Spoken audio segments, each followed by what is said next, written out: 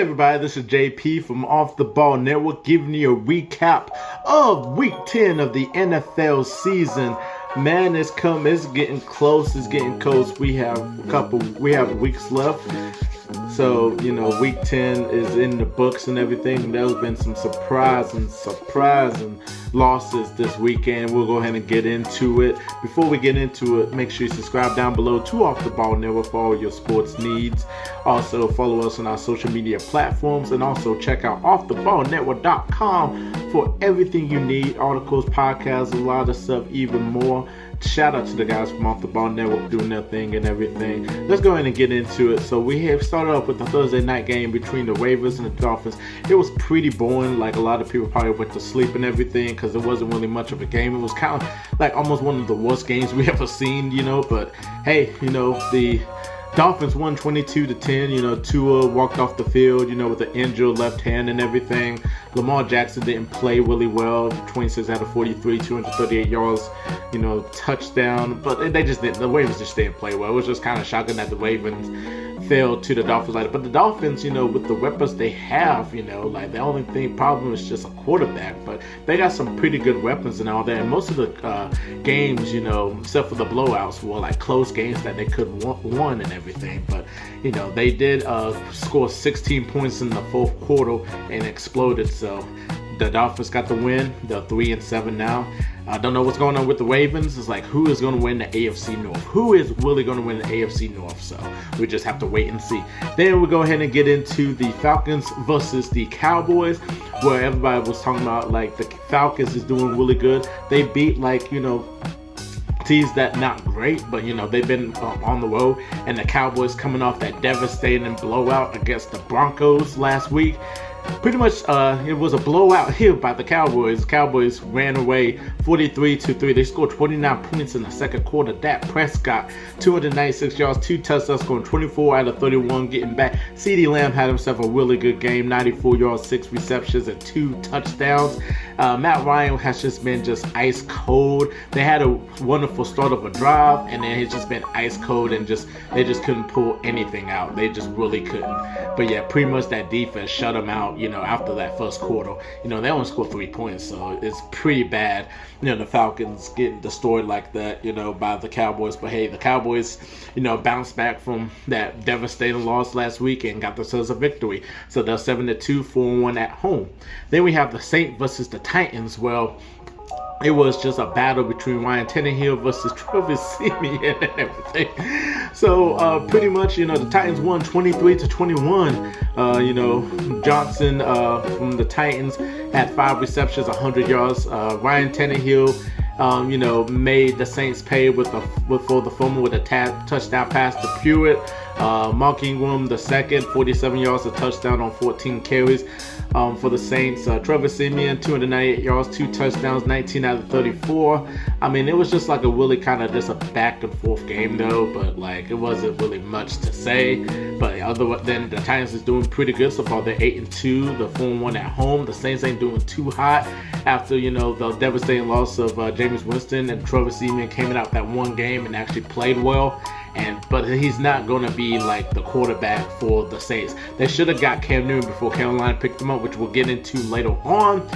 They should have picked him up because they needed a quarterback. They know they needed him in the worst way because you didn't know Taysom Hill was going to come back, since he's been out with that concussion. So it's just like the Saints had a chance, and then they just ruined the chance at the same time, though, and they got themselves a loss. Then we got the Jaguars versus the Colts. Man, Jonathan Taylor has been playing really well for the Colts. He's been playing well. He's been balling right now. He had 21 carries, 116 yards, and a touchdown. Carson Wentz, congratulations to Carson Wentz, having another baby. He played this game, while his wife was in labor and everything. Definitely got himself a victory. I know he's very happy about it. Pittman Jr., 5 receptions, 71 yards. But yeah, 23-17 the final score. Indianapolis Colts are now 5-5. Then we have the Browns versus the Patriots, which was a pretty lopsided bad game because, goodness gracious. The Browns had a wonderful start of a drive. Then it just went downhill from there. Baker got hooked. They didn't have the running back. Kareem is still out. Nick Chubb is out. The defense got destroyed. Mac Jones looked like Tom Brady out there, just shredding that defense. I mean, you've seen 3 drives when it went over 90-something yards, and they just hit touchdowns back to back, back to back to back. I mean, and they didn't even have Damian Harris, who's been having a pretty good season for the Patriots. The Patriots is looking like a playoff team and could win the division if they keep this up. Matt Jones, 198 yards, 3 touchdowns, going 19 out of 23. Stevenson, in replace of Harris, 20 carries, 100 yards, and 2 touchdowns. Bourne, 98 yards and a touchdown. I mean, the Browns look so pitiful. Defense got shredded.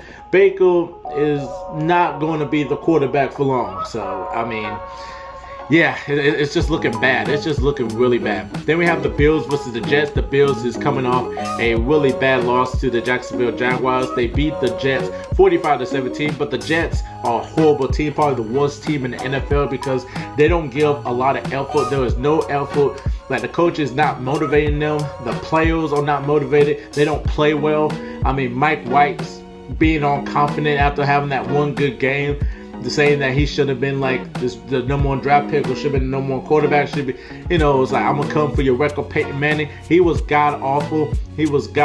So he should shut his mouth and just, stay humble because he was god awful. Josh Allen, 366 yards, 2 touchdowns, going 21 out of 28. Singletary with 43 yards and a touchdown. Stephon Diggs, 162 yards on 8 receptions, 1 touchdown. 45-17 by the Bills. Then we have the Lions versus the Steelers, which ended in a freaking tie.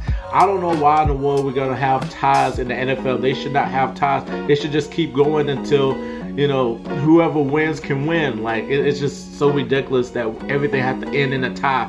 So now the Lions are now 0-8-1. It's just ridiculous.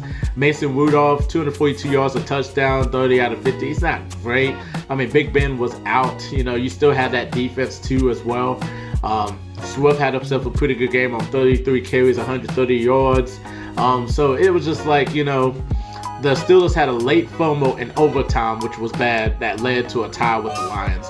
So, I mean, but I give the Lions credit. They've been really competitive every single game and really giving their hearts and everything out there. So I'll give them credit though, because we thought they'd be one of those teams that would not win a game this season. But hey, they got themselves a tie, so that must feel pretty good for themselves. So, but yeah, that was just ridiculous for it to end in a tie like that. You see some players I don't know why it has to end in a tie. They should just keep going until somebody wins.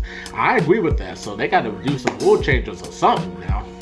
Then we have the Buccaneers versus the football team, and yeah, it was just a bad game for the Bucs. The Bucs didn't really play well. Washington football team losing Chase Young to a torn ACL. Prayers going out to Chase Young. I mean, yeah, the Bucs just pretty much just didn't play well. Tom Brady had an up and down day. I mean, it looked bad. You could see him in the press conference. He knew he didn't play well. He didn't want to answer any questions. Antonio Gibson, 24 carries, 64 yards, 2 touchdowns. Whoever picked him up in the fantasy must have got some good points and everything. Mike Evans with 62 yards and a touchdown. Tyler Henneke going 26 out of 32, 256 yards and a touchdown. But the Washington football team is one of those teams that they will play well one game and then they will have these losses for a couple weeks, then they played well again. So I guess this was one of those cases though. So, but yeah, the Bucs still will win the NFC North if Carolina responds. So, which in case, let's go ahead and get into the next game. The Panthers versus the Cardinals. Cam Newton is back in Carolina Panther uniform. Everybody feels good to see Cam Newton back and all that. This is a hoo-ah and everything. They destroyed the Cardinals 34-10. Kyler Murray didn't play. DeAndre Hopkins didn't play. J.J. Watt's out for the season. So, I mean, hey, P.J. Walker, played all right. 167 yards, 167 yards, 1 interception. Cam Newton had 2 touchdowns. One when he ran it in and the other when he threw it. Christian McCaffrey, 95 yards, 13 carries, Cam saying he's back and everything. It's great to see him back, but how long is it going to be for the momentum? I know that he's getting reps with the first team this week so that he'd be able to start this Sunday. So we'll just see how Cam responds. If Cam is the answer that Carolina needs in terms of quarterback that can get them to the promised land in the playoffs, then that would be beneficial for Carolina and all that, because they have a chance.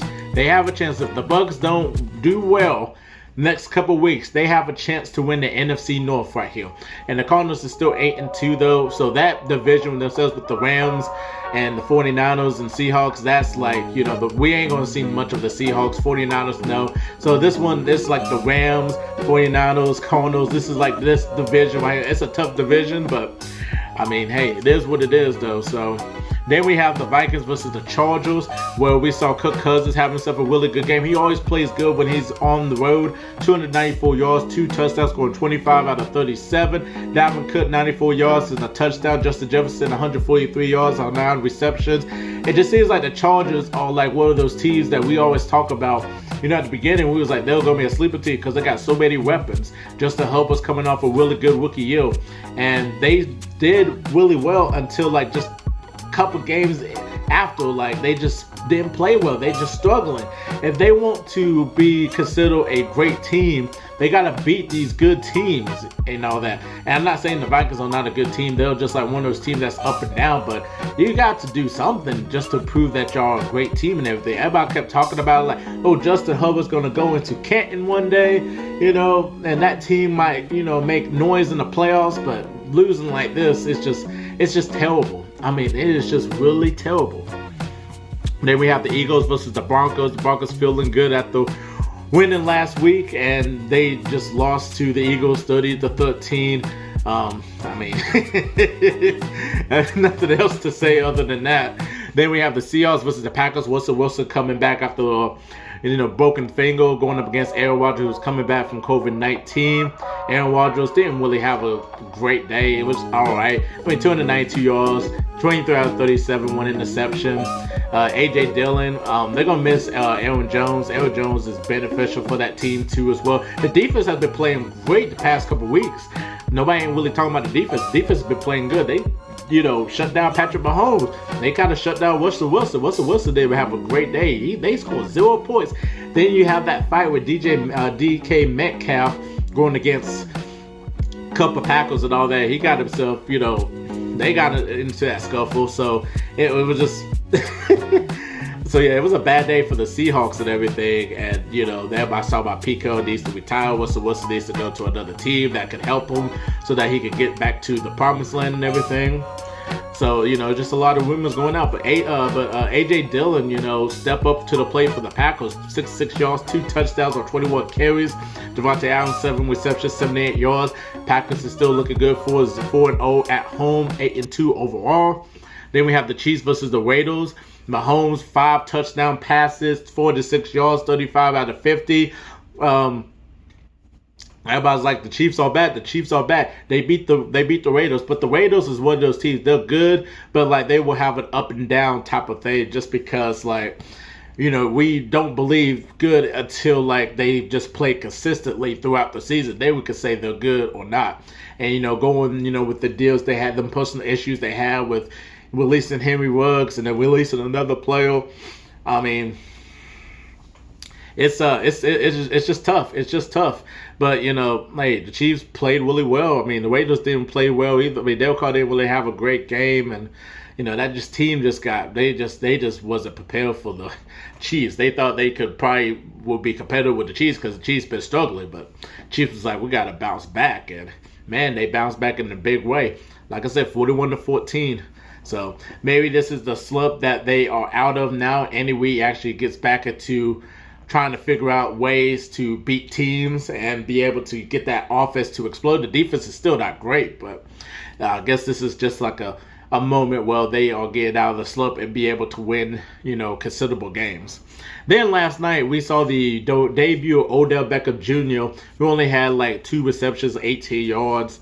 The Rams, I mean, everybody's high on the Rams still winning the Super Bowl or making it to the Super Bowl. They're going to get into the NFC Championship. They got Von Miller. They got Odell Beckham Jr. They lost Robert Woods, which is a huge loss on practice Friday to out for the rest of the season. So I feel bad for it. But hey, they got Odell, so let's see what happens. They were trying to give Odell the ball, try to make that game play around Odell, but then they realized that they were getting down behind, so they had to get back into the other game plan, try to get back to what they would do best. But yeah, I mean, the Rams just they did not play well. They did not play well. Matthew Stafford, 243 yards, a touchdown. Yeah, he just didn't play well. Jimmy Garoppolo, with his 2 touchdowns, he played well. Deebo Samuel was the player of the game for the 49ers. He had like 2 touchdowns. He played really well. He was all over the place. Cooper Kupp with 122 yards on 11 receptions, 31-10 49ers. So yeah, I mean, like, the Rams just didn't look good last night. They was just not prepared. They just couldn't stop the 49ers. So maybe we could see them get bounced back. Hopefully they can bounce back next week. So we'll just have to wait and see. So that was your NFL recap for Week 10 and everything. Comment down below your biggest loser, your biggest winner, the game that surprised you most, the most favorite game that you enjoy watching, your best game. I mean, anything, just comment down below. Subscribe to Off the Ball Network. Also, follow us on our social media platforms. Check out offtheballnetwork.com, articles, podcasts, everything you need on offtheballnetwork.com is right there in front of you. I'm JP, and we're out of here. Peace.